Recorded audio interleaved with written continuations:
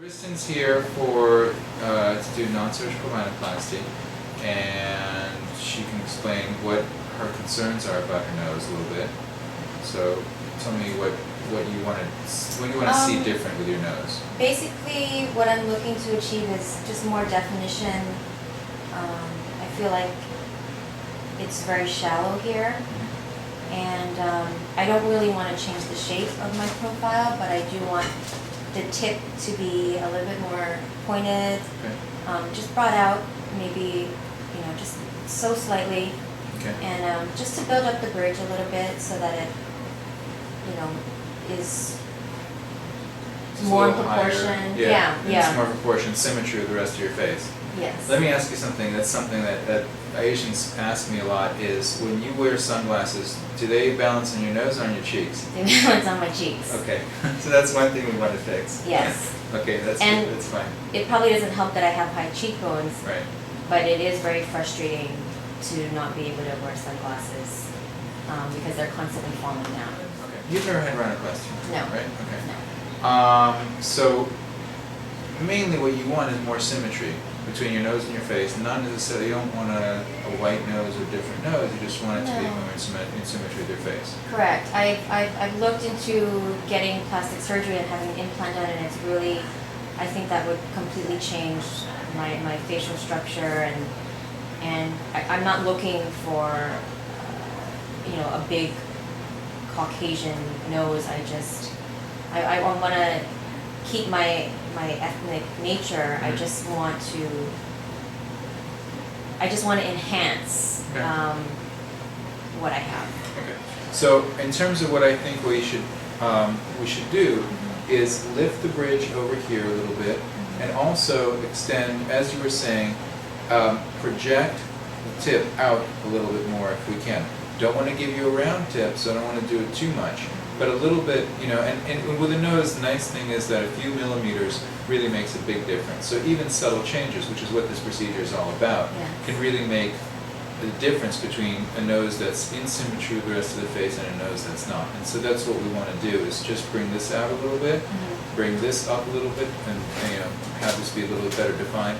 And we'll do this over a couple of sessions. I don't want to go for a home run right away and put a whole bunch of stuff in there. I'll put enough in there where things look really nice, and then I'll have you do one more session, about 3 weeks or so, once all the any swelling is gone, which I don't anticipate, by the way. I don't anticipate any swelling, but still, part of the result that we see afterwards is swelling a little bit. And so when that swelling goes down over the next few days, afterwards I'll bring it back, and if we need to do a little touch-up, we'll bring it up a little bit more.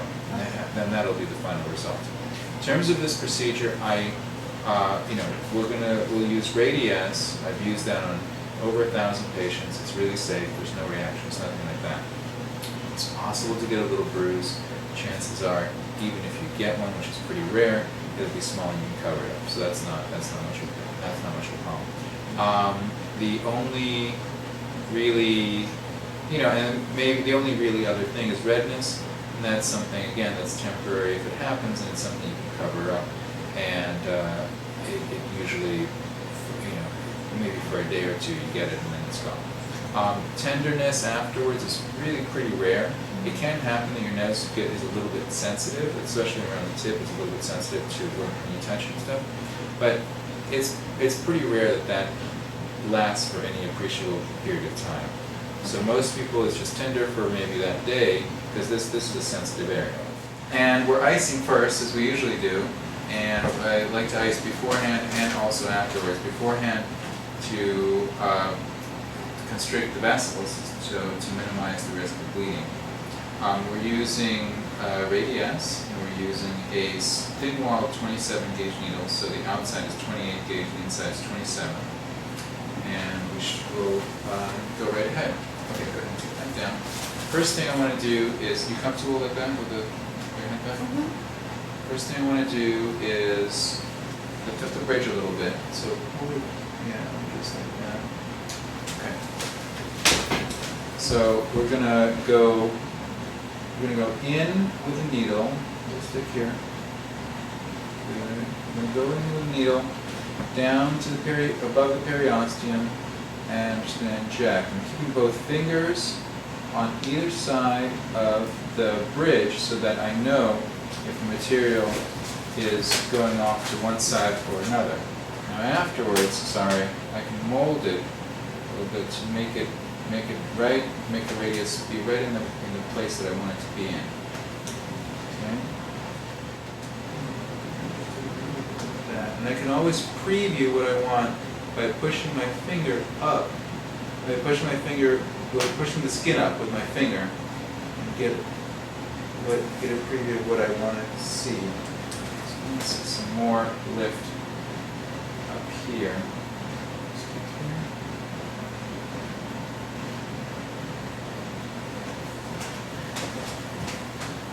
So again there.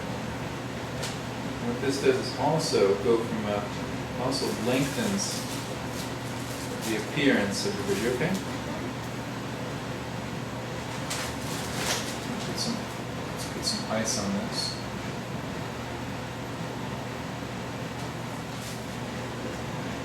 So again, I have my fingers guarding against the movement of the product into areas where I don't want it to go. So it's not going to go to the sides, it's not going to go right up on top. Right.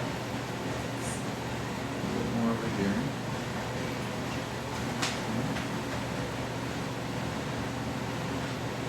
Good. That's actually quite nice.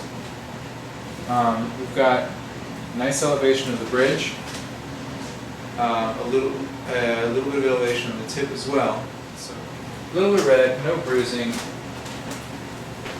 The shape is good, and if we need to do more in 3 weeks or so, we can do it. So the bridge's a little higher, tip's a little more projected. It's a good start. If we need to do a little bit more, we can always do it a little bit later on. It's great.